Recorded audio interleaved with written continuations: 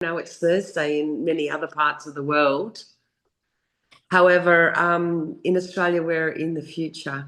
So I come to you from Good Friday. So happy Easter to you all. And a big thank you to John and Catherine for the invitation today to step in on those enormous shoes that they leave us to sort of work with, and to introduce to you a lovely set of interesting watercolours. John sort of sends us each week something to talk about, and we think about it as brand ambassadors. And I find I love to explore, so it opens my world up to reminding me of all the other beautiful things that I might not tap into by having these lives each week, and through the brand ambassadors that come on board with us each week to show their individual interaction with these different products. Can excite some interest in some of our viewers. So today we're going to talk about a few of the iridescent, interference, and pearlescent colours. And each one of them has different qualities, and the different ambassadors that we have today. So we're going to have Geo, Buffy, Sabine, Besnik, and Angela with us today. So fabulous lineup of quite individual artists come together. So they're going to show us a little bit about these beautiful iridescent, interference, and pearlescent colours, and how they how we interact with them and how they interact with our artwork. And they are actually quite different from each other in their nature and how they behave. And they are an additional art tool that we lean to when we're looking for something a little bit extra on our artwork, a little bit of glitter and glam, and out of the pages of artists like Klimt, add a bit of glamour to our work. So I quite like the idea of this particular group of colours. I have, as an artist, created cards that actually give me a reminder of the colours. And to create a colour chart, I need to see what they look like on a dark as well as a light. So you'll see that my charts have got a black ground put down one part of the chart, and then just the plain white paper, so I can see how an interference or a luminescent, etc., behaves on the different dark and light zones. And I've done that for all of the different colours that are in the range, so I can see those sort of things. So I highly recommend, if you have them, do test them on different coloured surfaces. I'd like to also, if we have time, I'll show you a couple of artworks at the end of the way I've used luminescence and iridescence and interference in my own artwork. But first of all, our wonderful and amazingly talented Giovanni is going to take us on a little Easter journey, I believe, with these beautiful paints. So welcome, Gio.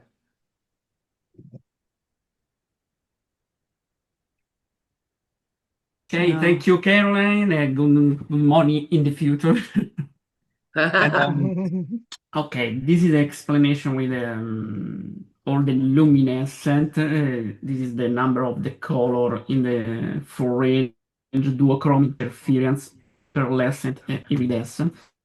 Today is applying one shade of the blue for example, the duochrome cable blue and blue pearl, and the sticks iridescent electric blue with the one of the most strong gold, iridescent Aztec gold, but apply in my in the time of the Easter in my foam egg, applying the one of the transparent watercolor ground, and another is pearlescent white watercolor ground.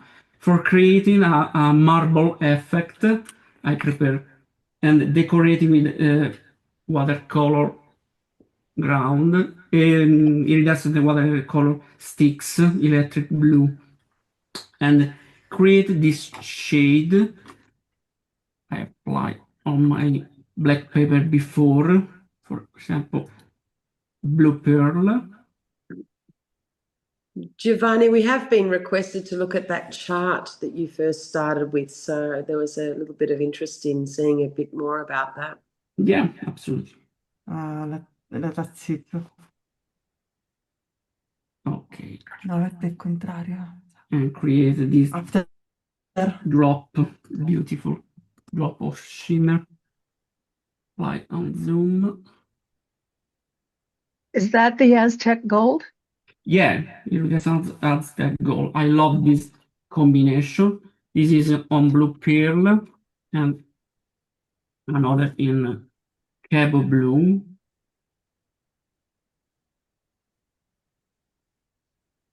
A little bit, sorry. And mixing with iridescent of the gold for create the marble effect. And another beautiful, You're really close up. yeah, is turquoise.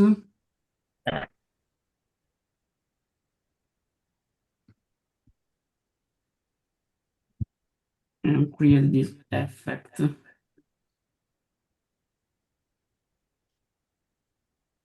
And apply on my Easter egg.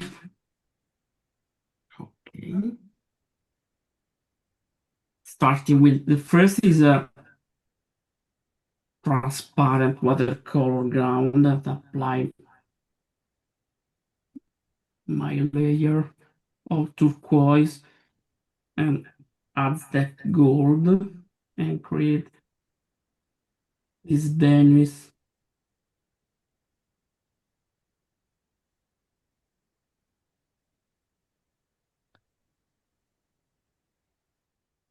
I'm mixing directly in the egg, on the egg.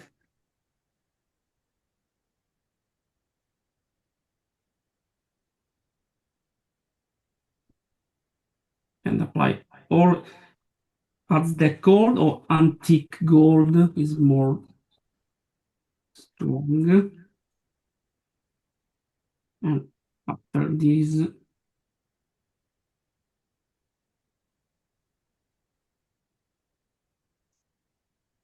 Gio, what are your eggs made from?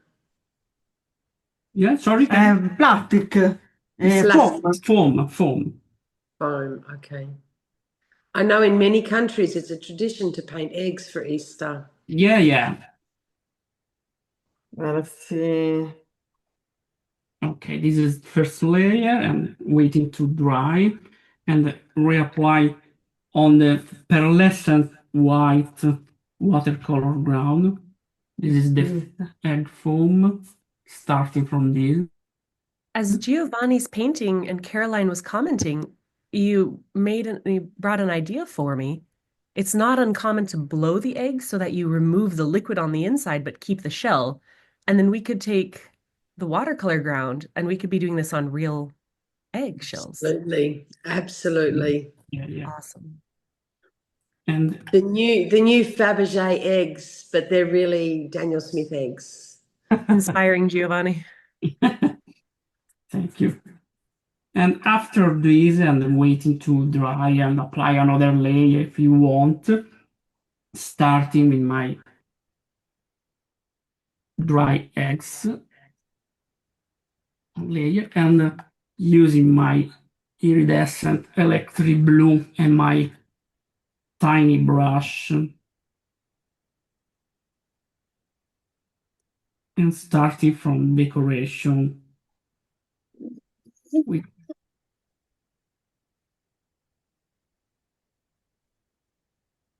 it's a long process. Looks And, like a and, continue, yeah, and continues to with white after.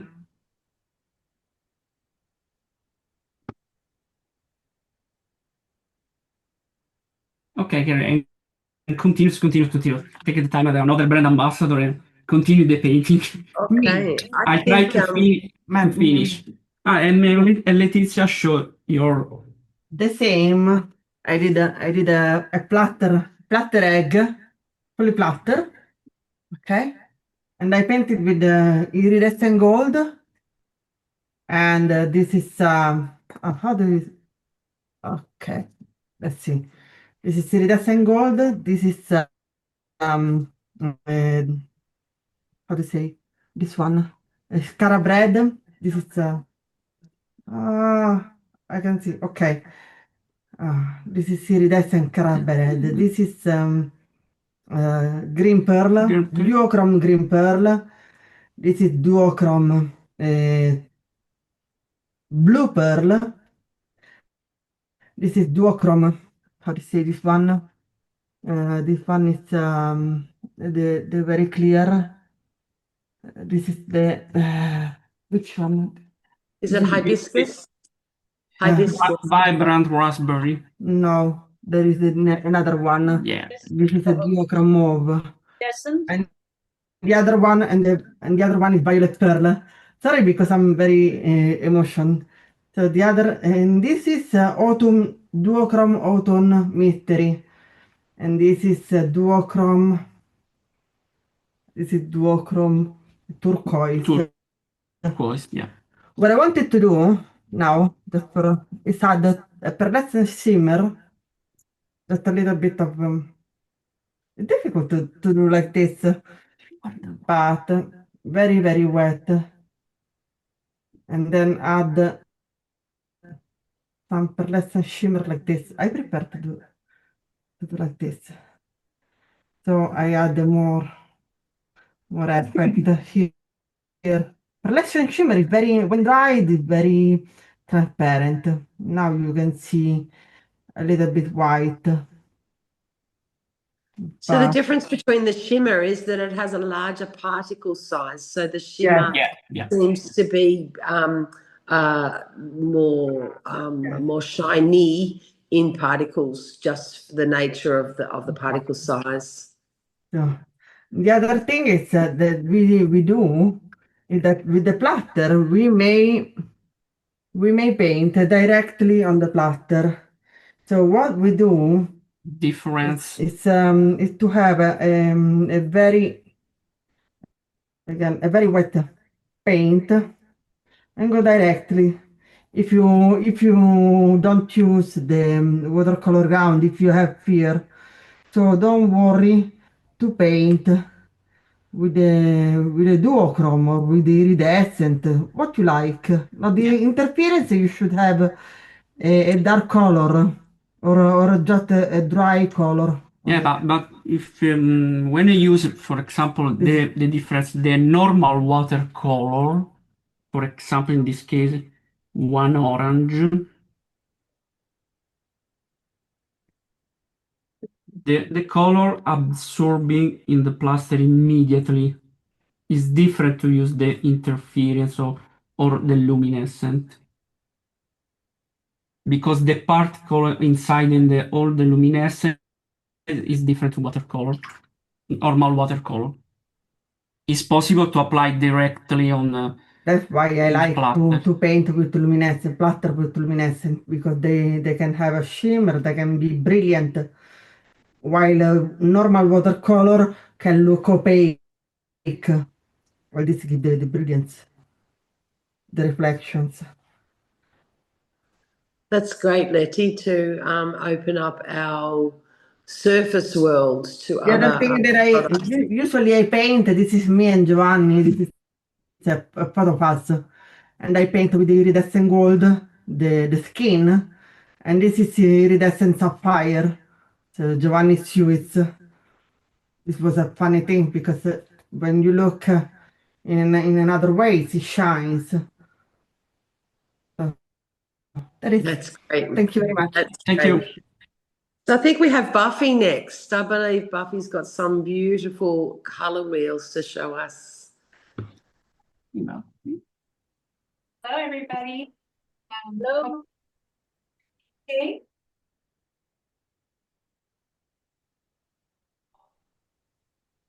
Can you guys hear me all right? Yes, we can Perfectly. see you. Thank you.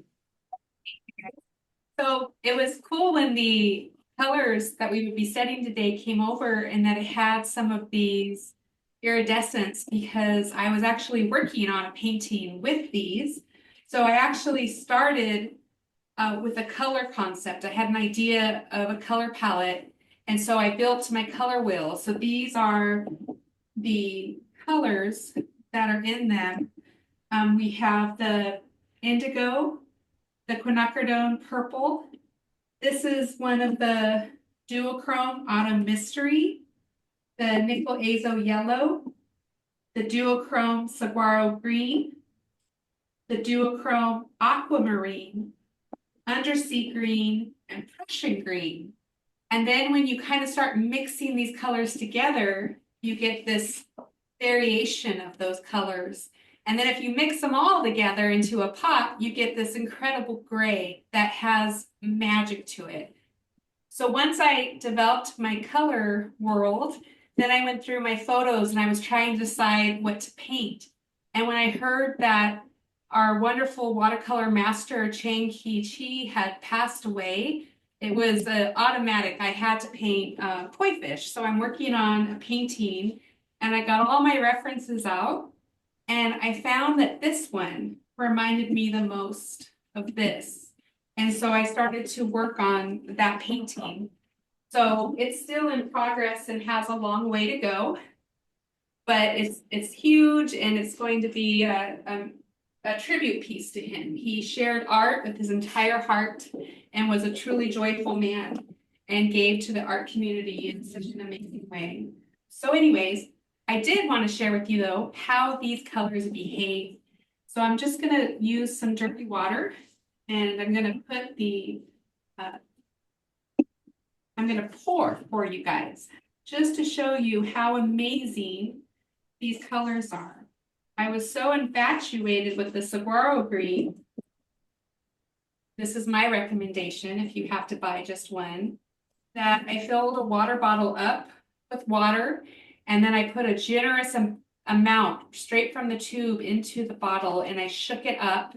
And I'm going to show you why I love that color so much. As Giovanni mentioned, and Caroline, on top of white paper, it's one color, and on top of black, it's the other. So with the duochrome, on white paper, it is saguaro, it looks like a tan or a sand. But if you put it over a dark passage, it does show like a golden green. So really quick, let's just put some colors on here. This is the quinacridone purple. I had no idea how beautiful this color was until this experiment. Here's some lovely indigo. This is going to be a very abstract water scene, is what we'll call it. Here is that yummy undersea green. Watch how it spreads. Always splattering down. And then I'm also going to put just a touch of Prussian green spots, break it up. It's already beautiful, isn't it? And then this is the gray that all the colors mix. So it's just amazing to me how exciting these colors are. So this first one is the duochrome aquamarine. And I'm going to suck it up into the pipette and then spit it out and spit it onto it down here in this dark passage. And you can see how it's pushy. It's like telling all the other colors to just get out of the way. And then here is the autumn mystery. And this color is does leave a touch, a little bit of a thicker layer. So I do recommend doing a project like this. But look at that, how pushy it is. So really quick, while that's setting up, and if none of you have ever played with azo yellow, I'm just going to suck it up into my pipette and I'll just put it in a couple spots. What a powerful, moody yellow. It also wants to just take over. Really quick, I'm just going to pour off the excess. Probably make a mess right now. And then I'm going to show you this, and then we'll go to the next person. What a beautiful Love start. your pouring. What was that, Angela? I love your pouring. When you pour the color, the effects are excellent. I love that. It's joy to pour. I've learned so much about colors by pouring. I've really learned that you can push the boundaries. A lot of people will only pour with primaries. They don't realize. Look at this. I mean, They're missing. that That's glow. gorgeous. So I'm just going to put a couple little lines because this is going to later become a koi pond. These just will look like little reflections. But now watch this. I'm probably going to have this on hand for the rest of my career. But let's just say I wanted to lighten an area.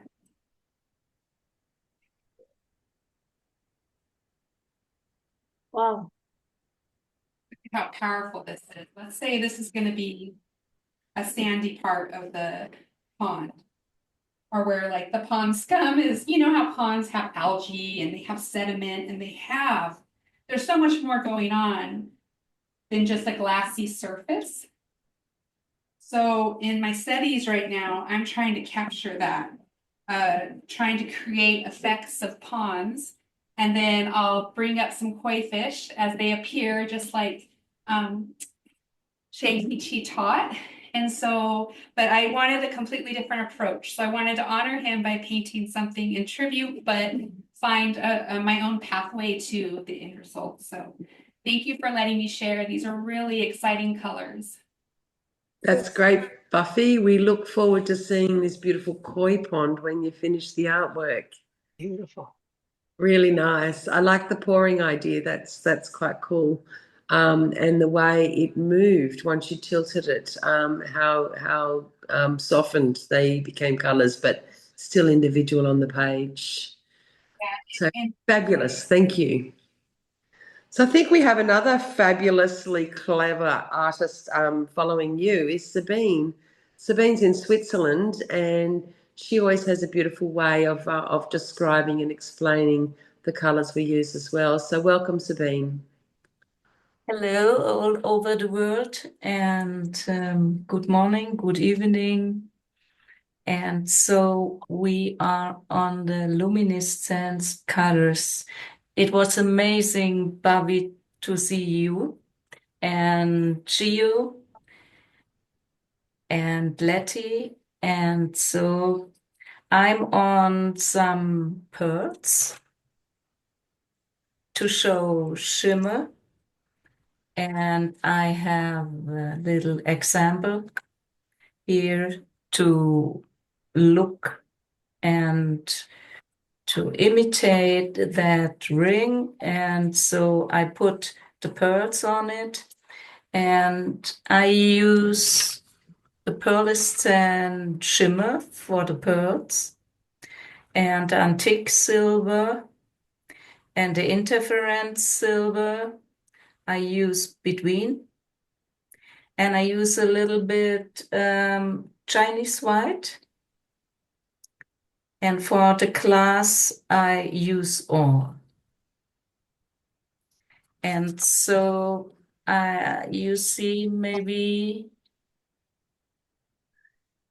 What a great use of the pearls to paint pearls with. I paint the pearls with that too. What is this? It's a wooden stick with a little bit foam on it. No, it's a sponge, a little sponge. Oh, clever. So did you use it Yes. like a stamp? Yes, like a stamp. Okay, fantastic. Yes, I love it. Excellent, And excellent. last year,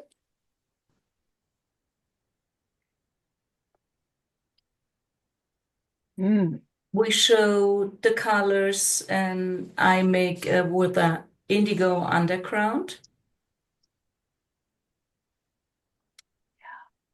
It's incredible how vibrant they are on the dark surface.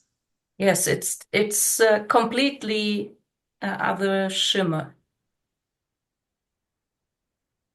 and the glimmer too. And so I use it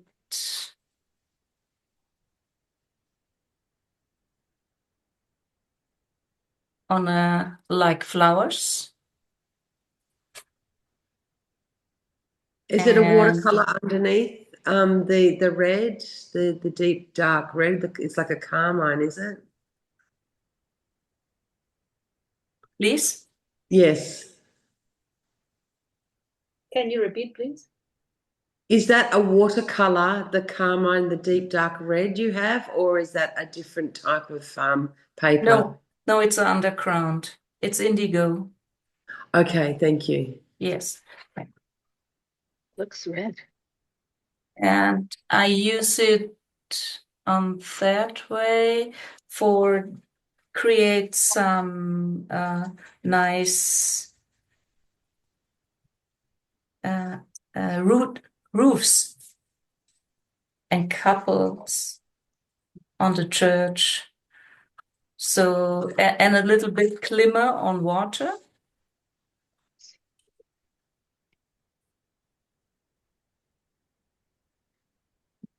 And here's some fishes. Nice. Yes, that's all. Thank you, Sabine. Thank- Again, another creative, different group of ways that we can use these beautiful pearlescents and duochromes and interference colours. Wonderful. So I think we have, is Besnik still, is he in yet, or have we got Angela now? Thank you so much. Thank you. Thank you. Thank you, Sabine.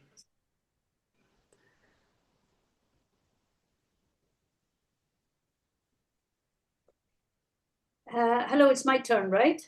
Wonderful, Angela. Thank you. I thought that looked like your work when it came up on the screen. Yeah, that's And soft colours compared to your normally quite, exactly. yeah, But I can paint soft too. excellent. Unbelievable, but yes. So this is all painted only with pearlescent and iridescent in, oh, I cannot get it straight, like that maybe. It's okay. Yeah, okay. So this is the, I like this iridescent electric blue, is here at the bottom. This iridescent electric blue. I don't know if the camera catches that. That's a very popular colour. Yes. And then I also like the, this green is the duochrome emerald. I like this color very much, mixed with iridescent jade. So it's two greens here. And I like the soft shimmer and how it blends with the blues. And on top, it's, I think, I'm not sure which, but I think it's iridescent russet and interference red, or maybe the interference, no, yeah, I think it's interference red. I'm not sure which of the two. And here, for sure, it's which one is it? It's copper, iridescent copper, or this one is the copper. It's they are all so beautiful. And then I splash a little bit of color on them here, but they still have another little area that I want to complete. I didn't wet the page before because if I wet it, then it runs so much. And Are you using a hot press or a glossy paper there? No, this is Yupo. Yupo, thank you. Yes, this is Yupo paper. So that's why it runs so much. And here, what I do sometimes, let me finish this. I will maybe use the Aztec gold here. It's very, very light, you know, very, very light. I will get some of this blue here as well. Mixed the blue, the electric blue with the iridescent gold. and the other blue. The other blue must be duochrome cable blue. I have to take a lot of it, otherwise it's not visible. Cabo blue is one of those colours that looks really different on a dark surface. Yeah, yeah. I didn't have any black paper. So here I can see that this part has dried. So I can apply I can splash some water. Let me see if I can integrate the two parts. Because on Yupo, as you know, the paint runs a lot. I will show you the result. I think you didn't see the result of the painting I did last Friday. And you see how different it is because it just ran, you know? Yeah, this is the iridescent russet, I think. This one is the russet. So if I mix them, look how beautiful also. I mix with the layer with the gold and the blue. I love this. Even though I don't normally paint with these colors, but I love them. And I'm painting more and more with them. With the golden mixed with other colors. Now what happens? It takes time to get familiar with the where the mica paints belong. I found that when I was first introduced to them. What? Sorry, can you repeat that? You must come. It takes time to find the right subject and where the glimmer paints belong in your work. But once you realise where they are fabulous highlights, you do tend to use them more often. Of course, yeah. And look with the brush, toothbrush. That's fabulous. It's interesting to see the quick spread on the Yupo paper. Exactly, that's the difference with normal paper. And you won't see the true glimmer until they're completely dry, and then as they catch the light. Absolutely. And if you tilt the paper, it will have more movement and more effects, obviously. What colour did you splatter? The same iridescent russet. Russet is a beautiful red brown or pink brown. Yeah. It's a lovely colour. Exactly. And this green is like, for me, this is like a field, this is a field with a river or a lake. And this is vegetation with the sky. I like this light sky. I know that the electric blue can be used as a sky. For example, I used it here.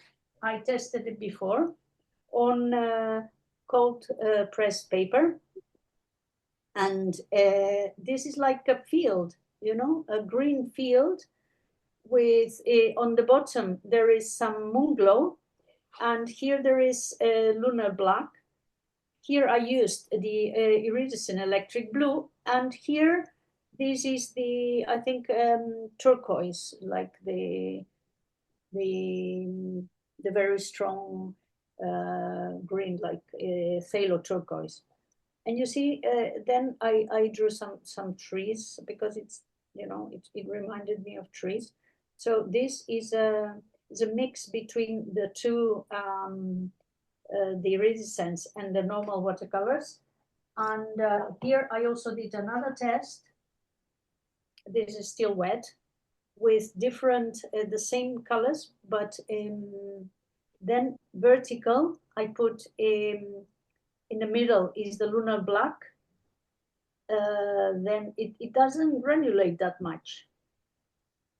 And no. On the right is the moon glow, and on the left is the phthalo turquoise. And I wanted to see what effect it did with the iridescent copper, the iridescent russet, the blue, the electric blue, and the green. So we'll see when it dries. Yeah, I think you highlight the importance of actually playing with your products, Angela. You don't get to see how they behave unless you're prepared to just splash it out there and give them a test run try them with different other colours, how they mix, how they blend, how they sit on the surface. And you never get to know your colours unless you do that. The first thing that I did was this diptych with the simple, very basic color. I cannot put it here because I can. There is the other paper, but you see, I used the Piemontite. The purple thing, let's say, is the Piemontite and lunar black. And here there are several iridescents. On this paper, it granulated more. Oh, wow. Interesting. But That's great.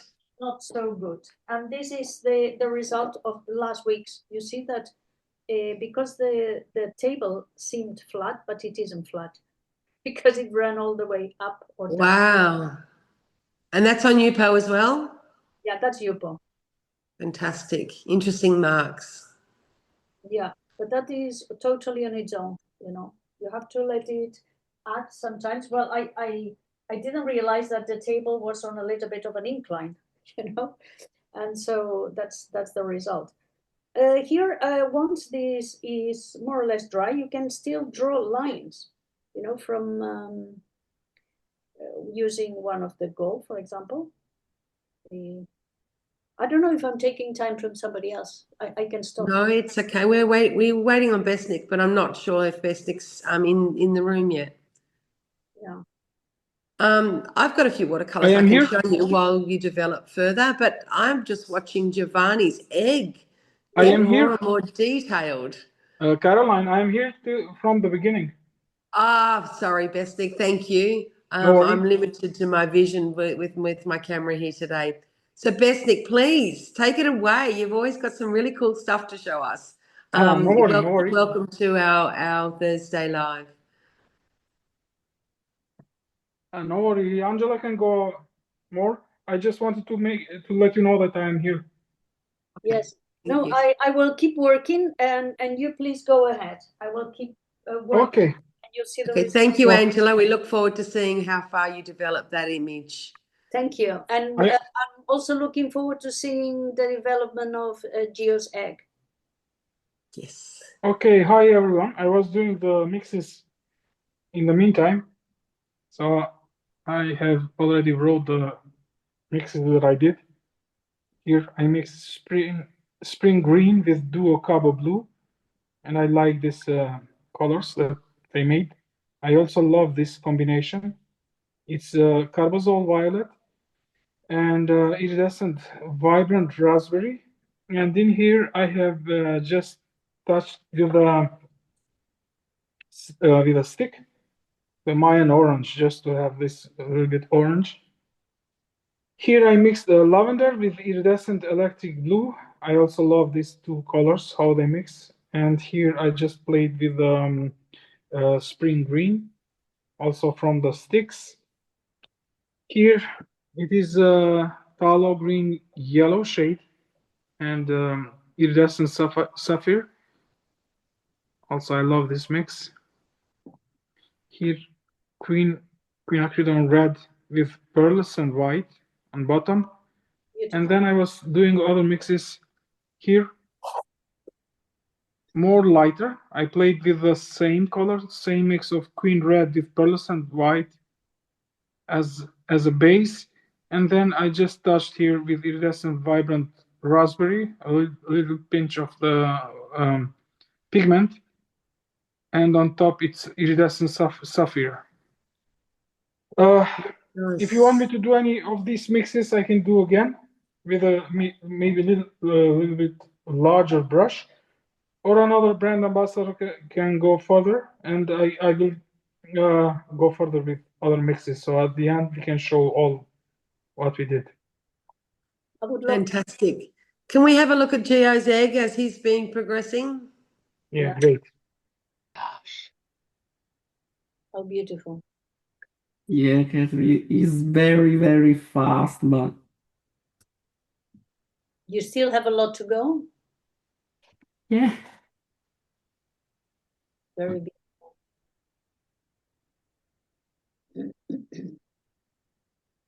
I continues now in this case use the copper Mhm. for decoration. This is a normal watercolor. It's a pyro red and titanium white. Another is Aztec gold and iridescent electric blue. This is copper and continues with only with my fantasy. That's fabulous. It's really great to see watercolor on different surfaces, and you really highlighted something special with the painting of Easter, symbolism through the painting of eggs. Yes, and Yeah. also the nail are coloring with the watercolor. And Very, dirty very nails. nice. Yeah, it's a long process. I remember when I painting the eggs in the school. Oh. So I think for people that haven't used the pearl essence and the interference and the duochrome colours, I think lots of people get excited about the idea of them. And when they first use them, then find it hard to find applications of where to use them. But I think getting the different artists to show you ideas through Sabine's beautiful pearls and metallic ring and an Easter egg, right through to more, I suppose, Buffy's paws and Angela's abstract style that she paints in. It is just yet another watercolor, but it leaves a different effect. And as artists, we're looking for uniqueness in our work, and it's a product that can open up that extra. I think it almost becomes like a 3D component because it has that shimmer quality, which isn't. It's not stable as you move past it in the light. It moves, so you have more, I suppose, movement in your artwork by using the shimmer paints in your work. So finding the right applications are challenging, but worthwhile exploring. I have a couple of artworks I can show you that are completely different if you'd like to see them. Of course, Carolyn. Yeah. Sure.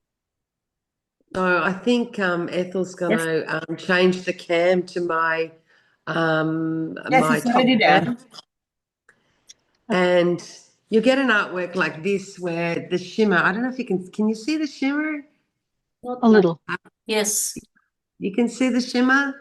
So the artwork itself, I mean, I'm not a portrait artist, so please don't judge me on my faces. But this was actually a 12th century plaster painting on a wall of a church along the Camino that I photographed. And he just captured me. And the churches are full of gold and embellished, fantastic things. And so you're looking for where you can add that bit of gold. And so he enabled me to, use the shimmer paints and add gold and that sort of little touch of the majestic that you find with the mica paints. Taking it a little bit further, oh, have I got that the right way? I do. So this is another artwork looking at how the mica paints actually have that wonderful shimmer quality in their artwork. And they're things that you can't do with normal watercolor. And this adds a whole different level of movement and excitement. And as a painting hanging on a wall, it would capture the light consistently and ever changing as you walk through it and past it at different times of day, etc. If you have perhaps directional light on your artwork, you can pick up the beautiful glimmering components of those mica paints. So it just opens up your world in so many ways. I'm not sure if this one's going to work for us because it actually has plastic coating. But you can see the shimmer paints are such an important feature when you come down to creating unique style artworks. So expand your world definitely and play with the micas. But I think we have a bit more time if Besnik's done some more sampling to have a little look at what he's been playing with. Yeah, I'm just doing some abstract game. Very nice, Besnik. What paper are you using, Besnik? It's not. I think it's Canson. Is it a smooth? Is it a hot press or is it a cold press? It's a hot press. Hot press. Okay. Yeah, but it's okay for this kind of swatches. I mean, these sticks are so lovely. You can draw directly.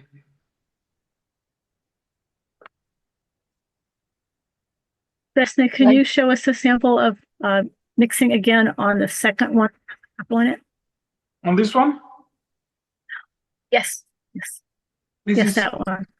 this is Carbazole Violet. Carbazole Violet mixed with iridescent vibrant raspberry, which I really love. This one, it's a beautiful color. And in here, I just touch with a little bit of Mayan orange. That's a great mix. Great. Yeah, I love this one. Very beautiful mix.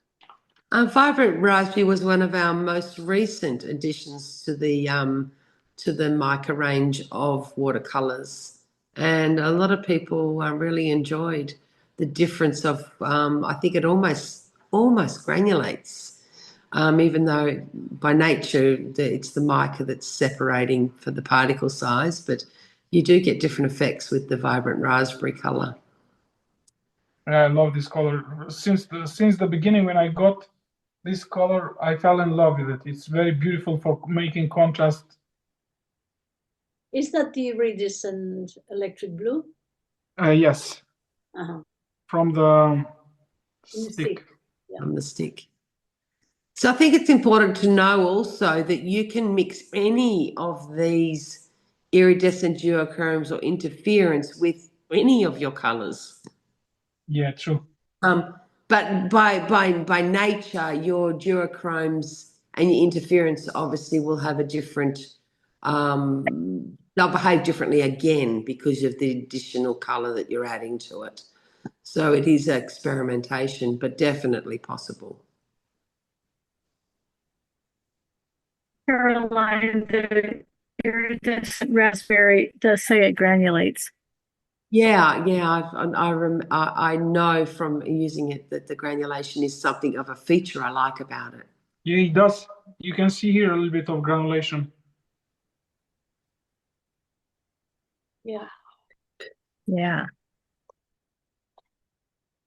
That's great. Nice use of colors. And how about you, Angela? Where have you headed with yours? Have you added loud colors yet?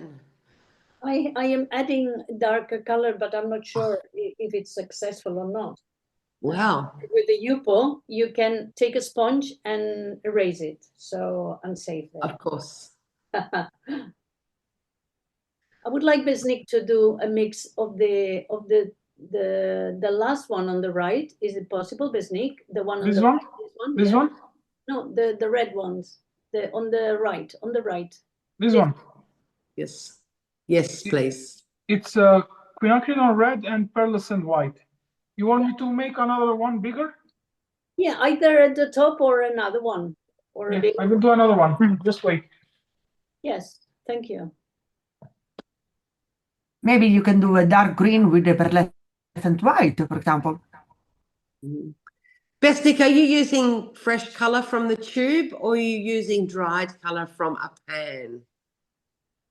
Queen red, I used it from the stick. Yes. And pearlescent white from the tube. I also have the stick here. Yes. Yeah. So what I was going to mention is that if you squeeze your tube into a pallet and then it dries, that to re-wake up the colours with mica in the pan, it does take a little bit more time to wake the colour up because the mica tends to lock it together a bit harder. So giving it a squirt with water and letting it settle for a minute before you dilute that back to liquid watercolor. Remember the mica paints are a bit slower to wake up. Yeah, that is true. You're absolutely right. They will wake up, but it takes a bit longer. While we're having a few extra minutes to paint and enjoy watching painting, we had a question on Facebook from Sylvia Thorne, and she's asking, do you seal the eggs with a fixative to protect the colors? I believe that would be a question for Gio and Letty. No, we don't seal. We don't seal the luminescent color in anything. So It's not necessary. If she was asking a question, perhaps if you were wanting to keep that for a long term, you would need to seal the surface to stop it from disintegrating with the elements.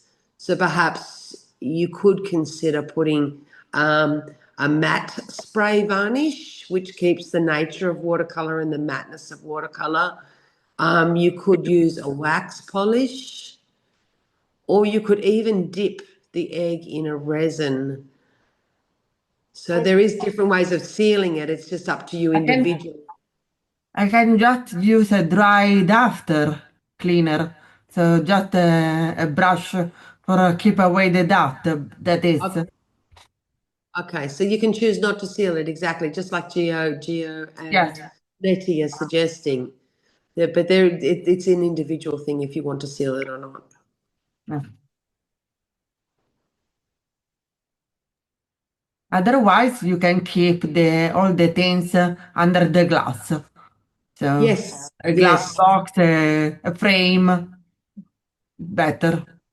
True. But I like the idea of dipping the egg in the what is it called? In resin. Yes, in resin. Yes. Yes. You need a decent little bucket of resin butt to dip a whole egg in. I like that, Besnik. Well, still nothing. Thank you, Angela, but I'm trying to do something. But it's still... the pyro red, you said, or quinacridone red? Queen red. Oh, queen red, okay. Then the wow effect is also given when dried. So you have fun when it's wet, luminescent is wet, and then after you do a wow when it's dried. So they are very lovely. Exactly, it's very different. Yeah, when it's dry.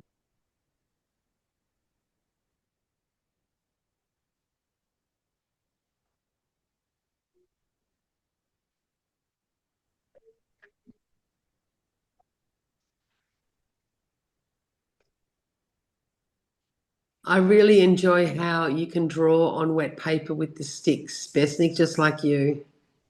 Yeah, it's so nice. I really love it. It's just another unique mark that you can make with your watercolors. Yeah, definitely. Time by time, I am doing also portraits. I just dip a little bit of in the water, and then I paint with this wide area. Right. Oh, wow. Yeah. I think Angela saw me in Turkey doing that. Yes. And actually, you gave me that one that you showed. Yeah, I know. With he was drawing without paint, only with his finger. Sorry, without brush, only with his fingers and using the sticks. It's a wonderful thing, beautiful. I loved it. So he was so kind to give it to me. I like to play with the color, just. I see, Buffy. I'm going to jump in also and say I appreciate how Daniel Smith is non-toxic so that we can safely do that, whereas other brands, you really have to worry about poisons and heavy metals, etc. Yes, that's very important. Like, stay safe.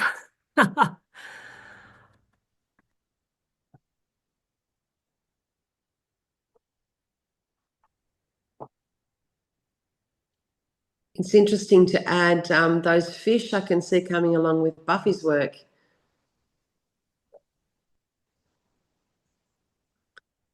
You make me want to paint more koi ponds, Buffy. Oh, that's going to be so beautiful. It's so gentle and beautiful.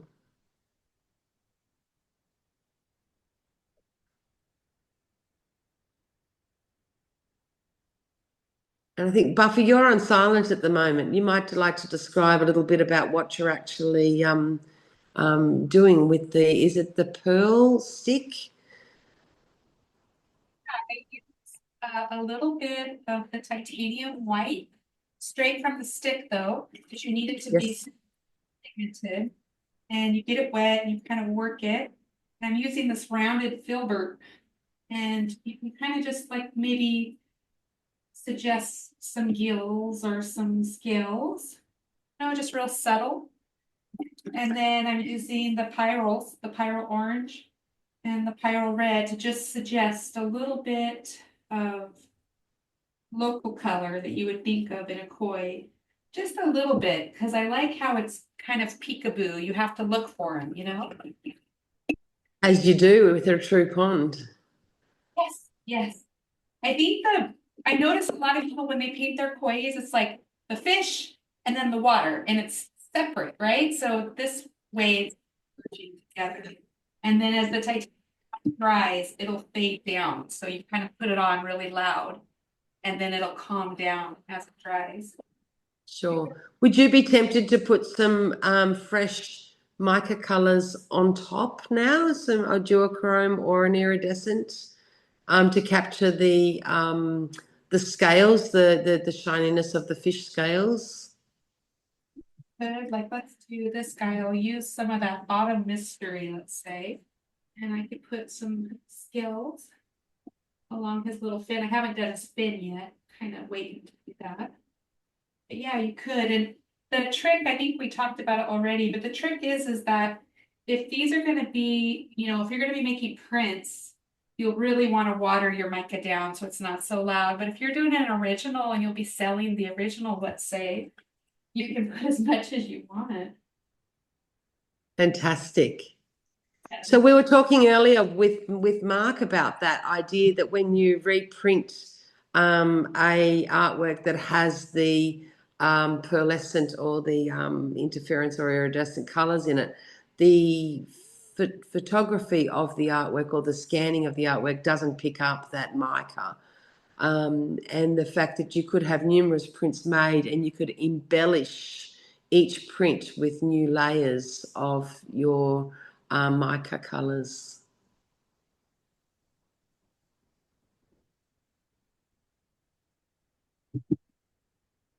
I think somebody's asked me today, where am I in Australia?